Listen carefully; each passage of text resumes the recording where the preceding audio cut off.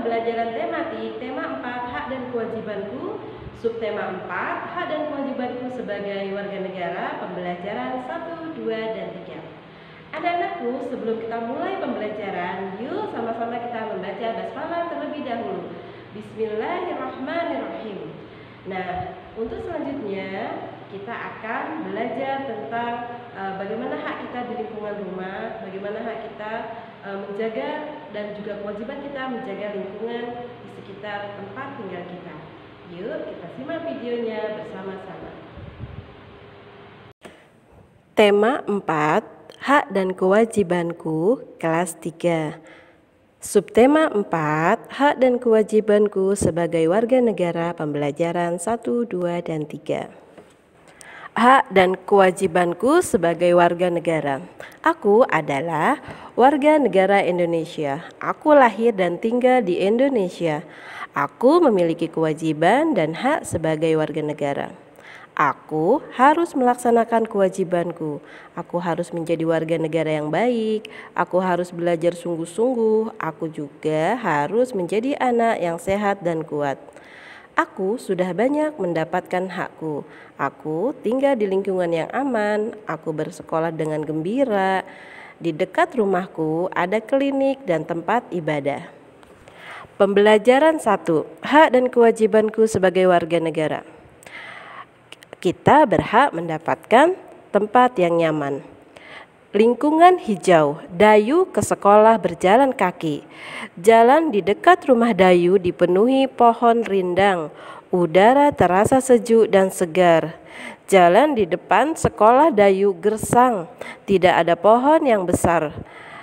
Di siang hari, udara terasa panas. Dayu menutupi kepalanya dengan buku saat pulang. Dayu ingin jalan di dekat sekolahnya sejuk. Dayu berdiskusi dengan teman-temannya. Mereka bersepakat menanam pohon di sekitar sekolah. Mereka akan mengajak orang tua bekerja sama. Ibu guru mendukung keputusan anak-anak.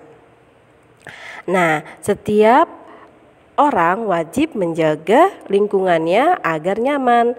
Salah satu cara agar lingkungan nyaman adalah menanam pohon. Lingkungan di tempat tinggal Dayu akan ditanami pohon. Pohon akan ditanam adalah pohon angsana. Hari ini kecamatan akan membagikan bibit pohon angsana.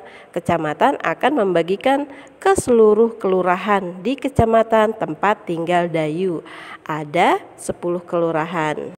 Nah, anak-anakku, dari teks yang tadi sudah buat dibacakan, kita bisa menggarisbawahi kalimat yang menunjukkan penyelesaian masalah dari teks di atas tadi.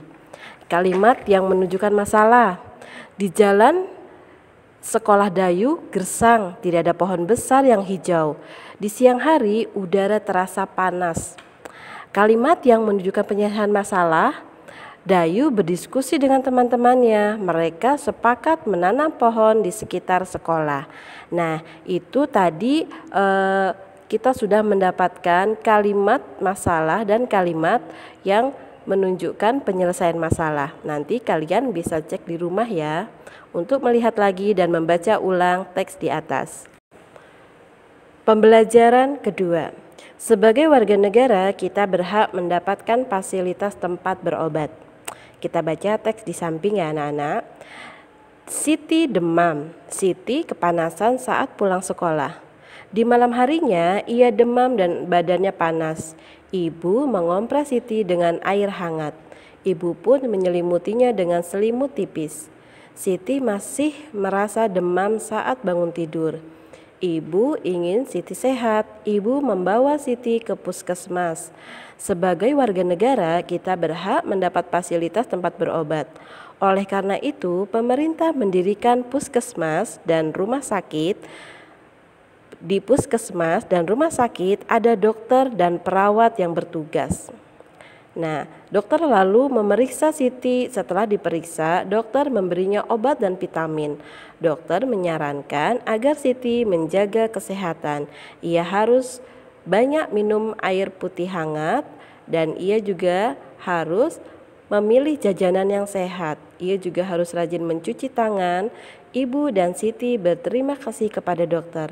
Mereka senang berobat di puskesmas. Anak-anakku, dari teks tadi kita amati kembali, tulislah kalimat-kalimat yang menunjukkan masalah dan cara mengatasinya. Tadi kita sudah dapat, yang pertama adalah masalahnya Siti demam. Nah, cara mengatasinya adalah ibu membawanya ke puskesmas.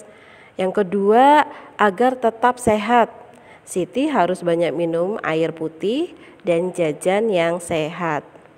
Nah, nanti kalian bisa diskusi dengan orang tua atau minta diceritakan orang tua tentang pengalaman berobat saat masih kecil dulu. Pembelajaran ketiga, kita wajib menjaga lingkungan yang nyaman.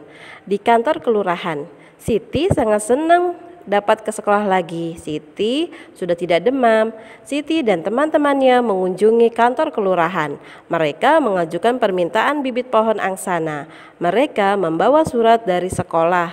Pak Lurah sangat senang dikunjungi anak-anak. Beliau menyampaikan agar semua orang menjaga lingkungan. Lingkungan harus bersih dan hijau. Setiap anak harus memiliki satu pohon untuk dirawat. Pak Lurah memberikan anak-anak beberapa bibit pohon angsana untuk ditanam.